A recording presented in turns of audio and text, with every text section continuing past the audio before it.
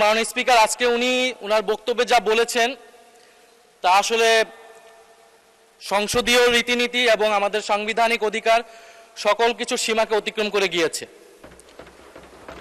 উনি ওনার বক্তব্যে প্রথমত সংসদের বিরোধী দলীয় উপনেতা ওনার স্ত্রীকে নিয়ে উনি কটাক্ষ করেছেন। মাননীয় স্পিকার, ওনার সাথে ওনার ব্যক্তিগত সম্পর্ক থাকতে পারে, ব্যক্তিগত ইতিহাস থাকতে পারে, কিন্তু সেটাকে সংসদে এনে যেভাবে কটাক্ষ করা হলো মাননীয় স্পিকার, এটা অমার্জনীয় অপরাধ বলে আমরা মনে করছি।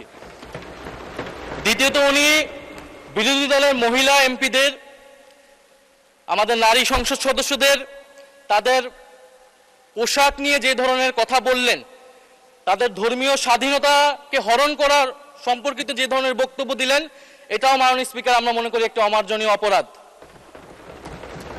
প্রত্যেকটা ব্যক্তির গণতান্ত্রিক রাষ্ট্রে তার ধর্মীয় স্বাধীনতা রয়েছে, পোশাকের স্বাধীনতা রয়েছে।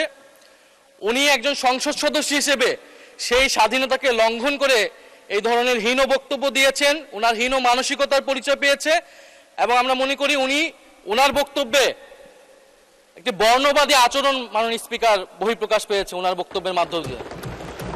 ফলে আমরা আশা করব ভবিষ্যতে এই ধরনের বক্তব্য আমরা কোনো সংসদ সদস্যের কাছ থেকে যাতে এই ধরনের বক্তব্য মহান এই জাতীয় সংসদে আর উচ্চারিত না হয়। মাননীয় স্পিকার, আপনাকে ধন্যবাদ।